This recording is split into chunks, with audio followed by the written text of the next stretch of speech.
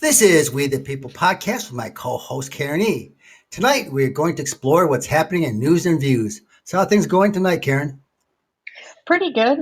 Just getting used to living life in a mask again. I know that's not a thrill. Which brings us into actually what we're going to talk about our primary topic tonight. Just a few short weeks ago, it looked like this pandemic was on the way out, and then the Delta variant appeared, and things changed rapidly. Throughout the nation, many states, cities, and schools altered the way they did business. Most acted responsibly, but a few put politics above public health. Perhaps in the state with the worst infections, hospitalizations, and deaths, the governor's actions are hard to fathom. That, of course, is DeSantis in Florida. What do you think about those actions, Karen? Um, I don't know what to think. I read an article about an hour and a half ago that said that they are backing away from their threat to withhold school officials' salaries. But I don't know how we arrived at that point anyway, where he thought that was a valid threat.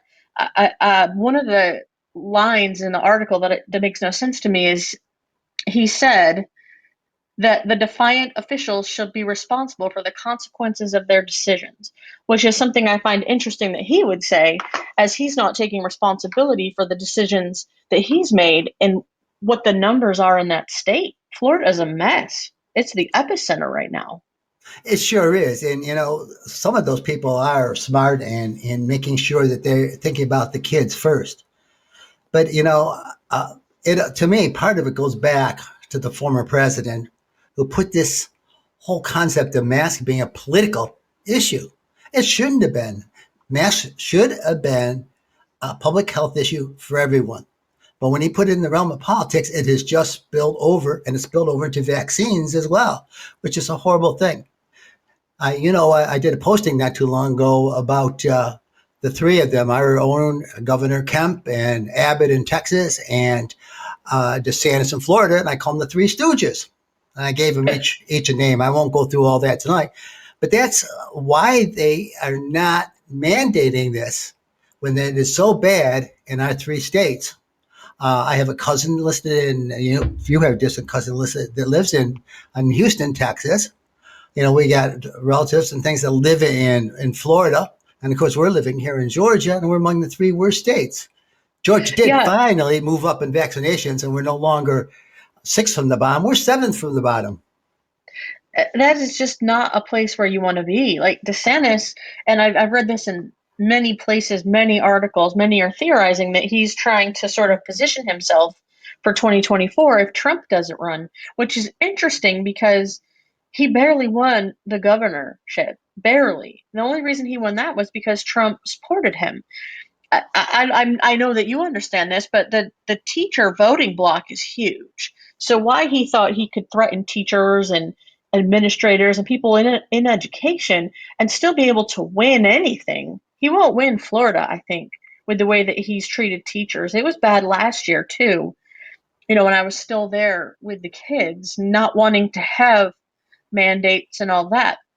He was very lucky last year when the pandemic started and everybody thought between spring break and just him being an idiot that Florida would be the epicenter last year. The only reason that it wasn't was that local governments had the freedom to make decisions about mask mandates, store closings, um, how many people could be in a building, what could happen. And he wasn't in the way then like he is now, which is why the numbers, this would have happened last summer if he'd have made this mandate last summer. Yeah, and it's really scary. And if I was a parent of kids in Florida now, I'd be really, really concerned because the youngest kids, like two of yours, can't get a vaccine yet. And that's a real concern. Thankfully, they're not in Florida anymore, so I'm not as worried as I would have been if they were going to school in Florida. But it's really a sad thing because we're going to put kids in the hospital that already are going in the hospital, and there's a lot of them. They're saying a huge number are under 2 years old. So those kids Yeah. are going in, and now with kids going back to school, I can't even imagine what the pandemic is going to be in Florida and Texas. I'm in Last, contact. Go ahead. I was say last year, the school district the kids were at had they had, it wasn't a mandate, it was a strong suggestion, but all of the desks had plexiglass around them, so each student was kind of in their own, cubicle area, and we had the kids wear masks full time. I did. And even with that, the oldest was sent home 2 times to quarantine after being in class with somebody who had tested positive. And that was with those measures. I mean, we were getting a call, at least a call a week from one of the two schools that somebody had tested positive. And, I can't imagine what that's going to be like this year. The burden on health health department officials, the burden on teachers, administrators, counselors, nurses, doctors, anybody that deals with kids in Florida is going to be hurting. Yeah, and they're already having issues with eliminating. In Georgia, we have one whole grade got sent home, and they're going to have to quarantine for 10 days. A fifth grade class, and I think it was Troup County or one of those counties somewhere. I'm not sure exactly where.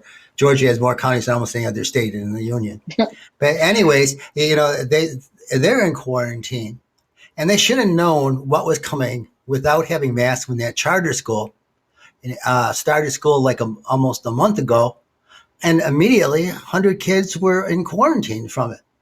Immediately. Yeah, I had two friends that sent their children that are between like 8 and 12, sent their children to summer camp.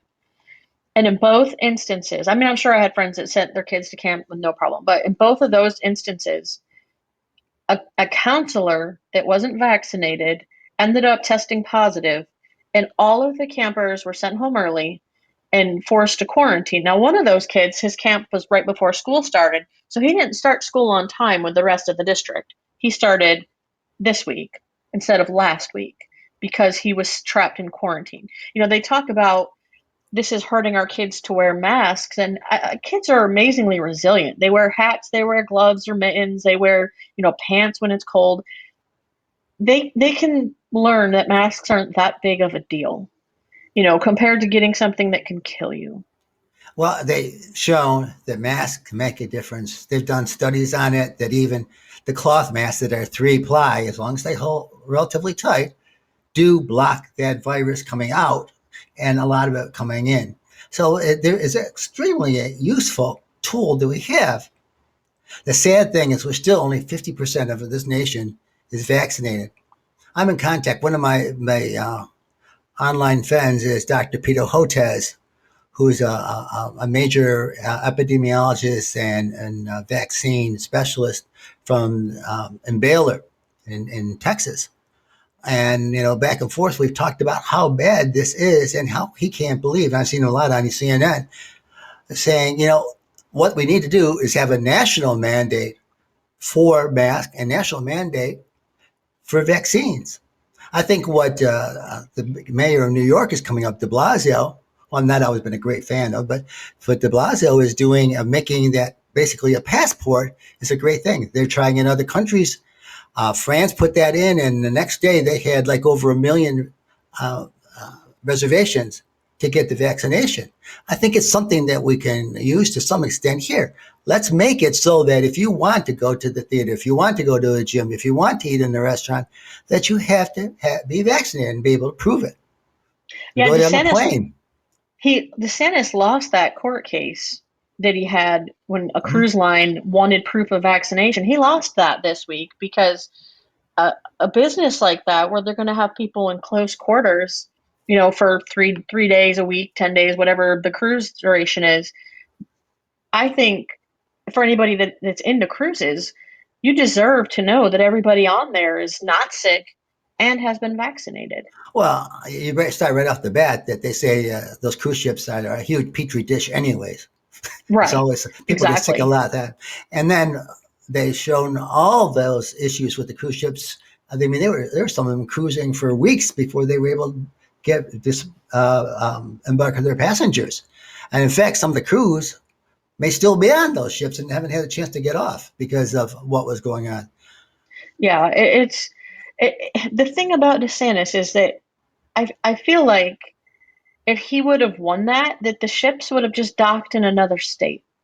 and he would have ended up throwing away some revenue in those port cities that take ships, Yeah, I cruise mean, ships. when you make decisions like that that affect economics, you got to be careful of what happens and the repercussions for it in states. I mean, they had talked about, and it actually happened, and here to some extent, when they made a law about, now I'm trying to think of exactly what it was a couple of years ago. It was about abortion in Georgia. And the studios, many of them threatened to not film in Georgia anymore. And we are like the number two state for filming movies and put it in. But the judge put that on hold and it's still on hold. So, that hasn't happened yet, but that could because people won't perform in Georgia because of those kinds of things. So there are repercussions for your actions. And that's repercussions whether you're a parent that says there shouldn't be masks or a parent that says there should. The sad thing Yeah, is if the majority of the people, and 65% say mask and vaccinations are important, that tells you in these districts what should be done. And people like governors like DeSantis and Abbott uh, really are so far out of touch with their constituency that I don't know what's going to happen. I think you're right. I think it's going to be a hard time for him to get reelected. yeah, Scary thing about elections now, you never know. yeah. Here in Ohio, the state legislature passed laws that the governor can't mandate anything here, but it doesn't limit the local governments. And here in this district, they announced last week that it will be masks will be mandated in school and on transportation. And now they've had to expand their virtual schooling because of all the parents pulling their children out because their children will not wear masks all day, That, which that's is, that's that's really strange that they're pulling them out because they won't wear a mask. I can see it in the opposite way when the mask wasn't a mask mandate, and those parents want to make sure the kids are safe. I can't see it the other way around.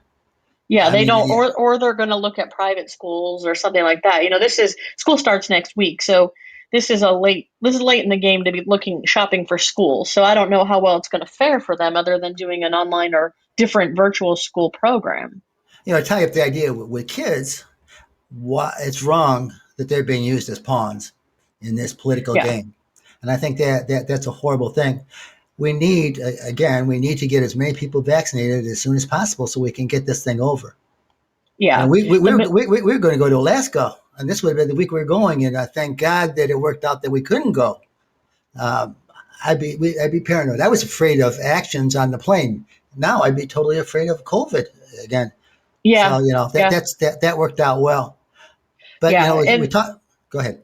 I was going to say, the military also mandated it. They're about to mandate it by Hmm. September 15th, or when the FDA approves it, and it's like a regular use and not an emergency use approval. Hmm. So a lot of people are upset about that, and a lot of people are threatening to get out and separate. Which, if, quite frankly, they're having a retention issue where there's too many people staying in. So that might be a way to kind of slim the ranks down a little bit. Yeah. We'll just have to see what happens on that. I was just talking about De Blasio. That brings us to our old state, New York. When I was still teaching, Andrew Cuomo was first elected governor, and he was he was a good friend sort of to education, but he was not a great friend to teachers. He tried to put some things in that weren't so easy on us, making some changes to how they'd evaluated teachers and administrators and so on. So we weren't great fans of his on there. And we had been, we liked Mario, his father. In fact, you Hmm. probably don't, I don't know if you remember that. You were the first class of DARE about the drug awareness program, and he came and addressed you in I middle school. remember. I So that do. was kind of, No, it was elementary. It's fifth grade. yeah, yeah. So it was a good time so long ago. But he was a far different man than his son. Now we have in New York, or they have, I shouldn't say we anymore, something very interesting. They now have a woman governor, which we can get to talk a little bit about her in a moment. But let's go back to Andrew Cuomo, who for the next 12 days is going to be governor in New York. Now, Al Franken got pushed out of the Senate by Kristen Gillibrand of New York for comedy bits and things that he had done far or less friendly, supposedly friendly is what Cuomo's calling them, and had to leave the Senate. And it was ridiculous. And it was nowhere near the stuff that Cuomo's been accused of. I don't know how you would feel, but say if Darcy was working for somebody like that and he went under her blouse to feel her up, how would you react? It wouldn't even take that. If he just put his arm around her and she asked him not to and he didn't listen, that would be enough for me to be upset. It seems like there's a age group of men that don't understand that you you don't need to be putting your hands on women. You don't need to sniff their hair. You don't need to massage their shoulders. You don't need to grab their butt. You don't need to touch the small of their back. You don't need to put your hands on women or anybody for that matter. And they look at it as, oh, well, I'm friendly, or it's just how I relate to people. No, you learn in kindergarten, keep your hands to yourself. Well, I And haven't been. and Go I ahead. mean, it's just completely unnecessary to make physical contact with another person in any work setting unless you're a chiropractor or a doctor. Yeah, I mean, in the beginning, I was when I first started teaching. It was common for you to pat them on the head or on the shoulder when they did a good job and everything. But I got to the point that didn't do it. And the one thing I didn't do, I did not. I was not alone in a room with a student and the door closed. In fact, With I could any student or with just with female students? really with any student because you don't know what they're going to say. Let me tell you a true story, and maybe you've heard the story before. When I was chairman, one of our teachers uh, was using my room at the end of the day.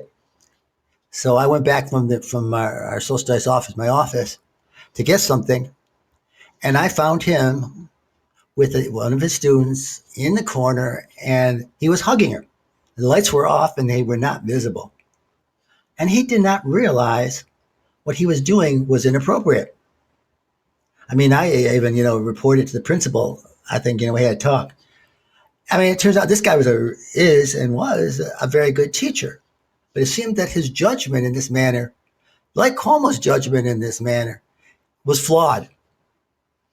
Yeah. And I mean, one of the conversations, I'm in a group of women officers of the Air Force. It's about 12,000 women. And one of the things we talk about a lot is there are male commanders that will say things like, I refuse to be alone with the woman in a room, door open or closed. And the point of view of that is like, would you be alone with a man in that situation? And most of them will be like, yeah, that's not a problem. Well, then you start to realize that that is also sexist. You might be protecting yourself, but you're giving mentoring opportunities to men that you're not giving to women. The best thing is to just make the blanket rules. Don't be alone with anybody, Yeah, and that's in not any that. sort of situation where there could be an impropriety. Yeah, and or at least have it videotaped. Make sure that everything you have when somebody's in there is videotaped. It is a and his excuses, Cuomo's excuses, don't cut it. They just don't. And his apology, oh, I didn't know they were unhappy. This is the way I've always been. It just doesn't cut it. And he still, I don't think, realizes, or he does, and he's just trying to cover up this does to these people's self esteem. Well, I mean, I'm sure that, think of the movie 9 to 5. That's kind of how women were treated in the workplace. Like that's not outside of the realm of what reality was. Even in the 80s, even I can remember being talked to. I don't believe I've ever been touched, but I remember I've been called, sweetie and honey and all of that, even as a high school student working. And a lot of men don't understand that it's demeaning and that women don't want to be spoken to like that. They don't want to be touched. Just don't touch women like that. Just universally, just stop. Don't pat them on the head. Don't put your arm around them. Don't touch the small of their back. Don't try to hold their hand. Don't kiss their cheek. Like that's not wanted. Yeah, and here's the thing, and here's another warning to men that no matter how powerful you might be, these things can bring you down. A In a lot whole of different times, world. I think that it happens way more often than most men in particular realize. It's that women are not in a position where they can afford to fuss about it. They can't lose their job. They don't want to be the one out there because, I've been in squadrons and offices where we've had men that don't know how to act. And we talk, and everybody's like, we are all having this. Here's a story. There was a lieutenant colonel that I worked with, and I didn't care for him. And I'd already had a problem with him saying inappropriate things. And I was like, knock it off. We were on our way out to a deployment, and he was the troop commander for us. We were stuck in Kuwait. It was originally supposed to be a 4-hour layover. It ended up being a 12-hour layover. And he had to tell everybody at the 3.5 hour point that no, we were not boarding in 30 minutes. We were boarding in 8 hours and 30 minutes. And I was standing, he kept following me around because we were sort of friends. And I was standing next to him when he found out. And I was joking around. I was like, you look like you need a hug or something. And he said, don't touch me. I haven't had sex in 18 months. I can't handle that. And I was like, I'm walking over here now, guy. But that same deployment, we had to do like every spring around April, May, they would release uh, that year's annual sexual assault prevention and response training. And it came out while we were on that deployment. And we all got it there. He got the training the next day after we all sat in the auditorium, all of us that had flown over at the same time. I know he was there because I saw him there.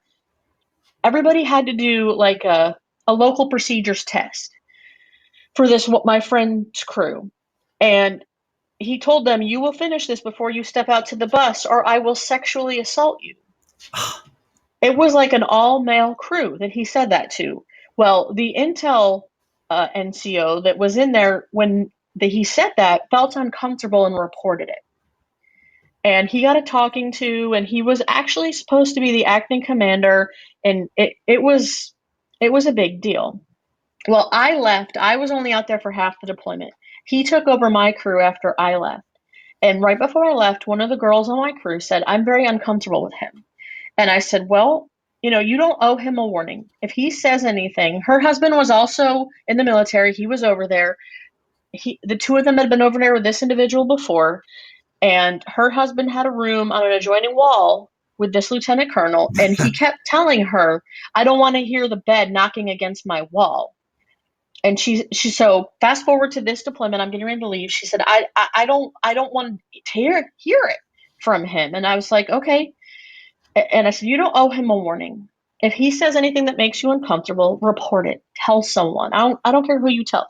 Tell someone. We had a really experienced chief that managed to work his way onto our crew so he could deploy for 90 days. He hadn't deployed in many years. And I said, go tell him. You're a lieutenant. You'd go tell him if you have any problems. He'll take care of it. You won't have to even worry about it. I left. I was gone for 10 days. When I got a message from her, I already had it when I woke up, and she said it already happened. They were joking around on the headsets on the jet internally. A guy got a falsetto voice, and he said, "When I go home at night, I like to get in handcuffs and see if I can get out." And everybody on the crew was like, "Kelly said it. Kelly said it." And she's like, "It wasn't me." And then the guy that said it was like, I said it, ha ha ha, no big deal. And then this lieutenant colonel kept saying, I want to know more about this, Kelly. I want to know more. She's like, I didn't say it. 3 times she told him I didn't say it. She got off the plane. She went right into our director of operations on the deployment and complained to him. And this guy ended up getting I believe he got an Article 15. He got extended and stuck out there till it was processed. But nothing happened to him when he was home, except he was moved to the other squadron. He was allowed to stay until he hit 30 years, to retire with 30 years. He was not forcibly retired. And Really? the entire squadron, other than the people that knew about what had happened, called her a troublemaker. She had opportunities removed from her, and for no reason other than, well, we heard her say that she's looking at going guard. And she was somebody that was in line to do some really big things. And both she and her husband left and went reserves because of how she was treated. It, Multiple it, times I've watched women complain and they're treated like they're the problem. And it's this is sad. one time where he didn't get away with that, which always makes me happy to see. But it all boils down to one more thing. Why has the former president never been held to account for his actions? I mean, and you could pick any arena. The things that he said about his daughter are atrocious. Oh, I know. If she wasn't my daughter, I'd date her. And about how beautiful, and the comments that he allows Howard Stern to make on a program. But let's get to a positive thing about women now. New York is going to have its first woman governor. And she's an upstater. She's from Buffalo. Yay for upstate. Because we're not all new. Hey, people out there, we're not all, if we say we're from New York originally, we're not from New York City oftentimes. New York City is as foreign to us as it is to you. Yeah, it's an exciting time, but the unfortunate part is that the asterisk next to her name will always sort of make it she wasn't elected, you know. So it's a good thing in one way, but in the other way, it's not quite the step forward that we'd like to see. No, but if she does a good job, and I think she will, she stands an excellent chance to getting elected for her own term. The funniest thing I saw was that she like one of the first things she said publicly was, "I wasn't that close to him." Yeah, I know nothing about this. This wasn't in mine. And they said she hadn't talked to him for many months. I mean, it's Maybe just he touched independent her things. too. Yeah, I mean, and she was doing all kinds of things. Who knows? She was probably the best away from there.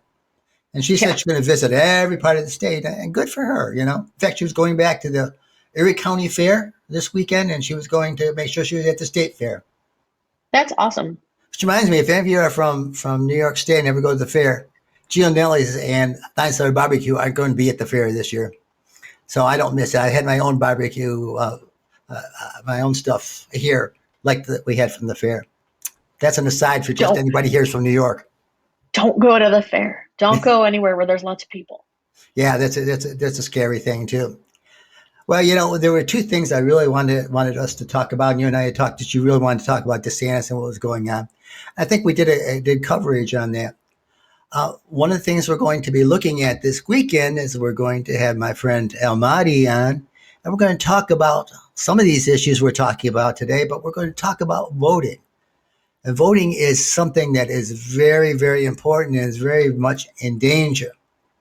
The Republican Party is in trouble right now, and they've realized it because they are a minority party. They may have some things to say because they have so many senators. They may have some things to say in the electoral college, but they know that they are not in the future, and they've tied their future to the former president. So stay tuned for that. We're going to take that on Sunday afternoon, and so it should be out there on video, at least on audio for a podcast by Sunday afternoon. And Karen's going to co-host that with me as well. It'll be just the three of us this time around, and we'll see how that goes. Last time we went well over an hour, and we may go over an hour again. I wouldn't be surprised. He has some very good viewpoints. Remember, he's a legislator in the Georgia legislature here and from this area, not too far away. His name is El Mahdi Holly, and he's really a fantastic man and a good friend. So, Karen, I think we'll close it up right now and on tonight's broadcast. And thanks for listening, everyone. God bless and protect you. Thank you, Karen. God bless and protect our great nation, its legitimate leaders. Bless and protect all of our essential workers and our troops wherever they are. Good night, everyone.